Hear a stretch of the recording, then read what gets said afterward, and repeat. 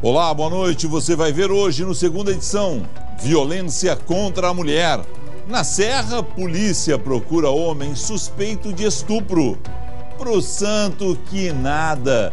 SUSEP apreende garrafas de cachaças arremessadas para bandidos dentro de presídio. De cara mudada, nova carteira de identidade começa a ser emitida a partir de março no estado. E ainda, presidente Bolsonaro leva ao Congresso a proposta de reforma da Previdência. Em entrevista exclusiva ao SBT-RS, o ministro-chefe da Casa Civil, Onyx Lorenzoni, diz que o projeto é prioridade do governo. Nós temos uma prioridade que é a prioridade das prioridades do país chamado Brasil, que é a nova Previdência. O SBT Rio Grande, segunda edição, está no ar.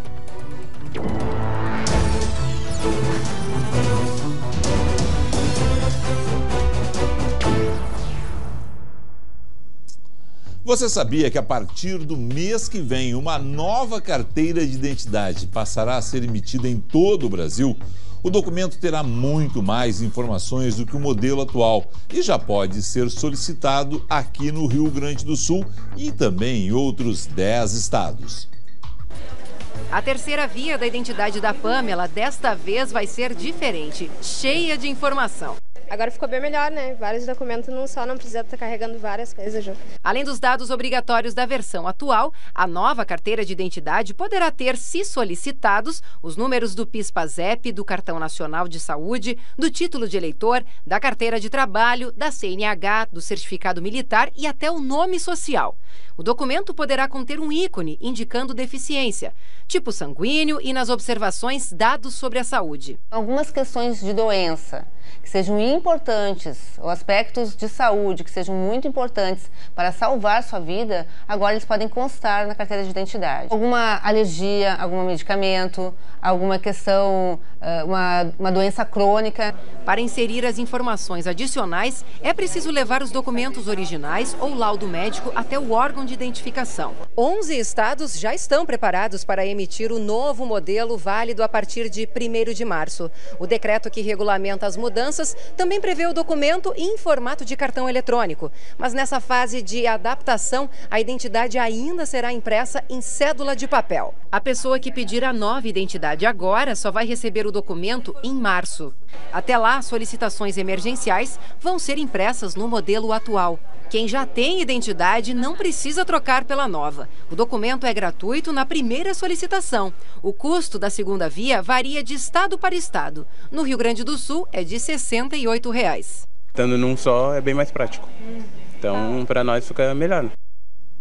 E vem aí no futuro breve novidades a respeito da desburocratização no Brasil. Eu conversei em Brasília na semana passada com Paulo Webel, ele que é gaúcho, trabalha hoje no Ministério da Fazenda e é o responsável pela desburocratização. Esse negócio de vários números, a ideia do governo Bolsonaro é que em breve a gente passe a ter apenas um número que seja a chave para todos os documentos. Isso deve ser anunciado também em breve pelo governo. Falando em Brasília, o presidente Jair Bolsonaro entregou hoje no Congresso a proposta de reforma da Previdência. O texto prevê que a idade mínima para a aposentadoria dos homens seja de 65 anos e de 62 anos para as mulheres. Agora, o texto começa a ser discutido na Câmara e depois terá que seguir para o Senado. As informações completas sobre esse dia em Brasília em instantes no SBT Brasil. Mas reforma da Previdência foi um dos temas que eu conversei com o gaúcho Onyx Lorenzoni, ministro-chefe da Casa Civil. Nós falamos também em pautas conservadoras e a possibilidade de avançar a questão do porte de armas ainda esse ano, além dos hábitos gaúchos que ele mantém no Palácio do Planalto. Confira.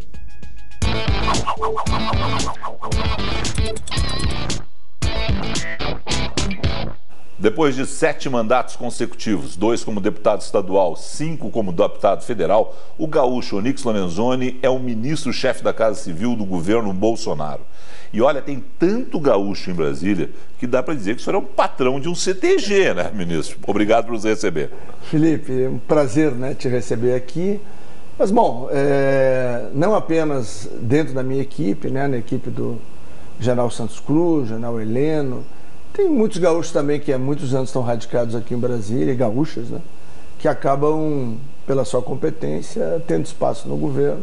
E eu estou muito satisfeito porque o chimarrão rola todo dia aqui. Pois é, o senhor tem chimarrão manhã, tarde, segundo alguns, muitas vezes à noite, aqui no gabinete. É um hábito. É um hábito de muitos anos, né, desde a época da universidade. Eu sou veterinário, né, me formei lá em Santa Maria. Lá o hábito se consolidou. E para mim é muito importante porque ele substitui o café e me mantém, né, aceso o tempo todo.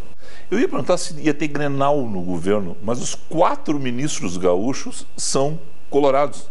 É verdade. Então, acho que isso é um bom presságio para o ano que está começando. É mesmo. Principalmente para a Libertadores. Consegue acompanhar? Ah, sempre, sempre, sempre. Eu assisto todos os jogos e sempre dou um jeito de poder ver o Inter, né? Qual a sua relação hoje com o Rio Grande do Sul? É cotidiana, né? Eu ouço as rádios de lá pelos aplicativos todas as manhãs, né? Muita a minha corneta? Família tá lá. Muita corneta? A minha família está lá, né? Tive a oportunidade agora na última semana de passar um dia e meio lá botando a minha vida partidária e política em dia, né? E os laços são absolutos, né? Apesar de eu ter construído uma nova família, minha esposa daqui, né? Mas tem 5 filhos lá, né? Os netos, então a minha mãe ainda, graças a Deus, é viva, a minha irmã, então os laços com o Rio Grande continuam sempre firmes e fortes. O Rio Grande do Sul tem várias demandas com o governo federal, principalmente o RRF, a recuperação fiscal do Rio Grande do Sul. Como é que o senhor, republicanamente, pode auxiliar o governo do estado nesta posição que o senhor está? Bom, nós conversamos muito aqui, né, com o ministro Paulo Guedes, né, que é o comandante da economia, né, com o próprio presidente. E não é só o Rio Grande do Sul, né, os estados brasileiros estão numa situação de dar pena, né? Além do que, se a gente for do município, que é onde a gente vive mesmo, né, as pessoas antes, quando tem qualquer problema, vão na casa do prefeito, na casa do vereador. E hoje a Federação Brasileira está muito fragilizada. Esses últimos 30 anos de concentração de recursos aqui, particularmente as contribuições, né, que hoje faz um bolo significativo. De cada R$100 que a gente paga, 64 vem para cá, o resto é dividido 24, 25 para os municípios, 13, 14, perdão, para os estados, 13, 14 para os municípios. Já na campanha, o presidente falava muito, né? Menos Brasília e mais Brasil. A primeira pauta do governo no Congresso é a reforma da Previdência ou o governo pode testar a base com outras pautas, por exemplo, as conservadoras? Olha, eu defendo internamente que o problema da nova Previdência não é um problema do governo, é um problema do Brasil. Nós vamos ter poucas medidas provisórias, que é para não sobrecarregar. A gente não pode esquecer, nós temos 249 deputados novos, recém-chegados, nós temos 46 senadores, então a gente tem que ser muito cuidadoso e na nossa ideia, qual é a prioridade do Brasil? Tem um grande pacto nacional, é a nova Previdência, então esse é o assunto que tem que colocar lá e tem que resolver. Estatuto da Família, Escola Sem Partido, são apoiados pelo governo? Virão na sequência, naturalmente, tem o debate parlamentar, o parlamento vai acrescer coisas, vai ajustar, e esse vai ser um governo, Felipe, de muito diálogo com o parlamento. Depois da posse de armas, vem aí o porte de armas? Esse é um outro passo, né? E é muito importante a oportunidade de fazer o esclarecimento. Os governos brasileiros, desde o referendo de 2005, passaram aí 14 anos negando a vontade popular. Nós já conseguimos, através do decreto do presidente Bolsonaro, dar um passo gigantesco, simplificando, facilitando e ampliando a posse responsável de armas, né? Agora, um grupo de estudo para ver que avanços nós podemos promover, não apenas no que diz respeito ao porte, né, mas no que diz respeito também aos caçadores, atiradores, colecionadores, são os famosos CACs, né, que tem uma legislação bastante complexa aí, na sua relação com o Exército, que tem, através do SIGMA, a regulamentação, mas mesmo nesse decreto a gente já permitiu o aproveitamento para treinamento, né, e para as aulas de tiro das pessoas que precisam fazer, de munição recarregada, que era uma reivindicação muito antiga, né, dos clubes de tiros, principalmente lá do Rio Grande do Sul do Brasil, né? Então, os avanços estão vindo. Em quanto tempo o senhor imagina que possa colocar esse assunto em debate com uma pauta como reforma da Previdência, lei anticrimes, essa pauta conservadora, Estatuto da Família, com tudo isso que tem para tratar no Congresso? Quanto tempo vocês voltam a essa questão? Já se avançou no posse de arma, mas porte de arma, pela sua experiência? Eu acredito que o porte a gente deva avançar até o final do ano, né? Com uma nova regulamentação também para os CACs, eu acho que a gente consegue avançar bem ainda dentro desse semestre. Reforma da Previdência, lei anticrimes, posse de armas, escola sem partido, Estatuto da Família, tudo isso no Congresso esse ano, com votação. O senhor acertou isso com o Rodrigo Maia e com o Davi Alcolumbre? Funciona isso? Não é muita pauta para um Congresso? Felipe, eu digo sempre que o mandato parlamentar a um governo é uma corrida de maratona, né? Então tem que ir com calma, né? Nós temos uma prioridade que é a prioridade das prioridades do país chamado Brasil, que é a nova Previdência. Então este é o nosso primeiro alvo, nosso primeiro gol, nosso primeiro objetivo, e depois deste nós vamos olhar os outros, porque quem tem dessa prioridade não tem nenhuma. Então o governo do presidente Bolsonaro tem uma prioridade que é fundamental para o presente e para o futuro do país chamado Brasil, para que a gente possa ser uma grande nação, que é o que ele nos cobra em cada reunião ministerial, que é feito aqui embaixo. Nós precisamos vencer a etapa do equilíbrio fiscal, da nova Previdência, para poder olhar para o futuro sem medo e poder o Brasil ser o que ele pode ser, o país onde o mundo todo vem investir, porque tem segurança jurídica, previsibilidade, capital humano e um grande mercado. Aí, o Brasil crescendo a 3%, 4% ao ano, aí vai faltar brasileiro e brasileira para ocupar as vagas de emprego, se Deus quiser. Obrigado ao senhor, sucesso. Obrigado.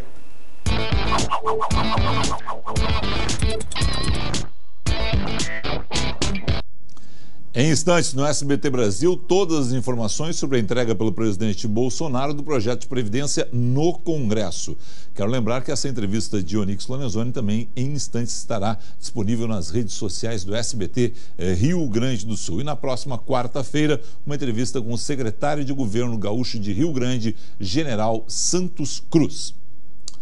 Hora da previsão do tempo. Luciane, o calorão. Olha, Lu. Aqui, ó. Passei mal, Lu. Foi muito calor, Lu. Uma hora, tu tinha avisado, mas... Eu avisei, Felipe, avisei, né? Tava bom demais semana passada, aquele clima mais ameno, né? Mas é que o verão tá aí, ainda não acabou, vai até março. Mas e foi até assim, lá. ó. Pois é. O termômetro subiu, né? Estourando tudo. Estourou tudo. Pois é, e até sábado a gente pode ter temperaturas aí no estado chegando a 40 graus, inclusive aqui em Porto Alegre. E olha só, detalhe, vai refrescar a partir de domingo, mas para isso vai chegar chuva. E como vai estar muito calor, a gente já tem alerta de temporais severos aqui no estado no domingo, mas aí a gente traz mais informações ao longo da semana. Amanhã, vamos dar uma olhadinha então no mapa, a gente vai ter mais um dia ensolarado, com altos índices de radiação ultravioleta, umidade relativa do ar baixa, pode ficar abaixo de 30 graus ali na metade sul. Por isso, muita água, muito protetor. Na praia, o dia vai ser perfeito com mar calmo. Lá em Torres, onde a gente tem o nosso paradouro, máxima de 31 graus. Aqui em Porto Alegre, a temperatura pode chegar a 35, na sexta 37, no sábado a 39. E a gente sabe que sempre tem algum bairro aqui que passa disso. E a sensação térmica também. Então, olha, preparem-se. Só no domingo é que vem a chuva e a gente espera que ela não venha com muita força. Exatamente, né? Não adianta também vir um temporal, né? Aí também causando destruição, aí é ruim, né? A gente espera que não, que só venha aquela chuva para amenizar e dar um refresco. Sexta-feira tu vai estar aqui e eu vou subir a serra, né? Já tô sabendo que tu vai nos abandonar de novo, pegar a estrada, sempre na estrada viajando, né, Felipe? Fazer o quê, né? Vou pra minha querida Caxias do Sul, rapaz. Beleza, então tá bem, né? Tá bem pra ti? Muita uva, vinho, suco, louco, melhor impossível. Casei naquela cidade, viu? Ô, beleza, hein? Os vinhos, melhores, né? Não, melhor. Os vinhos e a mulher que a gente ama, né? Aí é uma loucura. É Com o seguinte. certeza. É o seguinte, ó, o SBT vai estar em peso numa das mais tradicionais festas da Serra Gaúcha. A partir desta sexta-feira, a gente vai cobrir tudo o que acontece na maravilhosa Festa da Uva de Caxias do Sul, que vai contar com um pavilhão muito especial. O visitante vai poder se sentir em um dos programas mais duradouros da TV brasileira, A Praça é Nossa. O evento é o maior símbolo da cidade, comemorado desde 1931. O tema desta edição é a Jornada da Imigração Italiana na Serra Gaúcha. Serão 17 dias, 230 expositores, música e gastronomia típica da região, e uma das principais ideias é realmente homenagear as 1.600 famílias que vivem do cultivo da uva em Caxias do Sul. Sexta-feira, SBT Rio Grande será ao vivo da casa do SBT, com o Marcelo Coelho, a partir das 11h40 da manhã. Depois, às 7h20 da noite, vou estar lá também com a segunda edição. Portanto, eu e o Marcelo estaremos aí em Caxias do Sul para tomar vinho, para comer a boa uva e para cobrir essa festa maravilhosa que é a Festa da Uva, tá certo? A gente volta daqui a pouco com informações sobre as buscas a este homem. Ele é suspeito de estuprar uma mulher na Serra. E ainda os detalhes sobre essa apreensão que aconteceu em um presídio aqui do Rio Grande do Sul. Gente, já vi de tudo, mas estavam jogando cachaça para os detentos. Não era para o santo, não. Era para os detentos. Nós voltamos em instantes.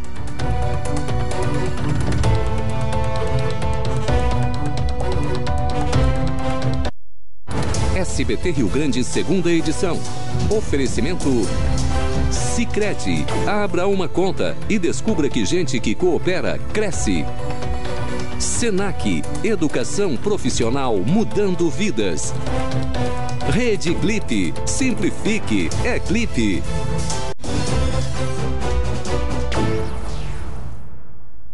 Voltamos com uma boa notícia. Aqui em Porto Alegre, o Hospital Fêmea tem atendimento normalizado depois de 5 dias interditado devido ao incêndio no final de semana. Segundo a diretoria da instituição, todos os ambientes que haviam sido interditados devido ao fogo no sábado estão recebendo pacientes, incluindo a UTI neonatal. Amanhã, 11 gestantes de alto risco que haviam sido transferidas voltarão a ser internadas no Fêmea. As causas do incêndio seguem sendo investigadas. E existe realmente aquela investigação que pode ter sido um incêndio criminoso, rapaz.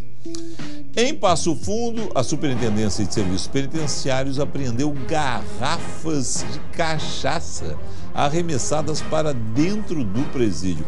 A bebedeira ia ser grande, hein, Olu? E pro santo nada, pelo jeito. Dessa vez não foi pro defunto e não foi uma boa ideia, né, Felipe? Bom, os agentes da SUSEP conseguiram localizar essa encomenda especial, apreenderam essas 3 garrafas aí que estão nas fotos, né? Garrafas de cachaça e também um carregador de celular, só para variar um pouco. Segundo a SUSEP, 2 jovens foram flagrados pelas câmeras de segurança do presídio arremessando o pacote com essas bebidas, né, por cima do muro. A gente já mostrou outras vezes situações bem semelhantes, só que no caso aí eram garrafas, né, Felipe? E de cachaça exatamente ali para rolar uma bebedeira, como você disse. O caso aconteceu ontem por volta das 5 da tarde, mas dessa vez a festança aí, pelo jeito, foi cancelada, né? Maravilha, parabéns pro pessoal da SUSEP que estava ligado ali nas câmeras de segurança e conseguiu fazer essa apreensão.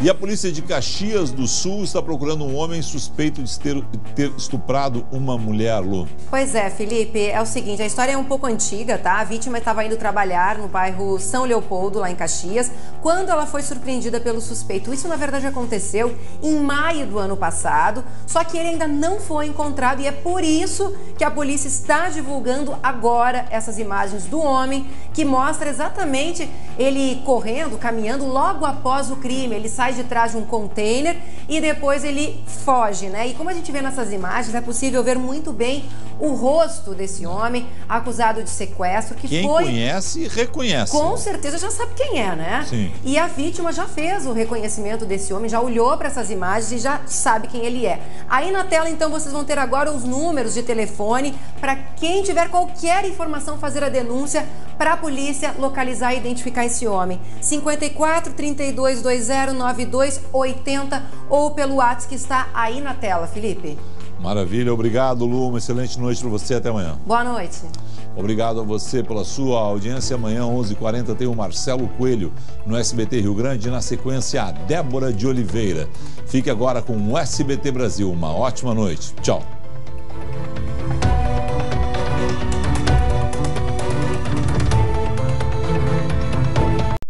SBT Rio Grande, segunda edição.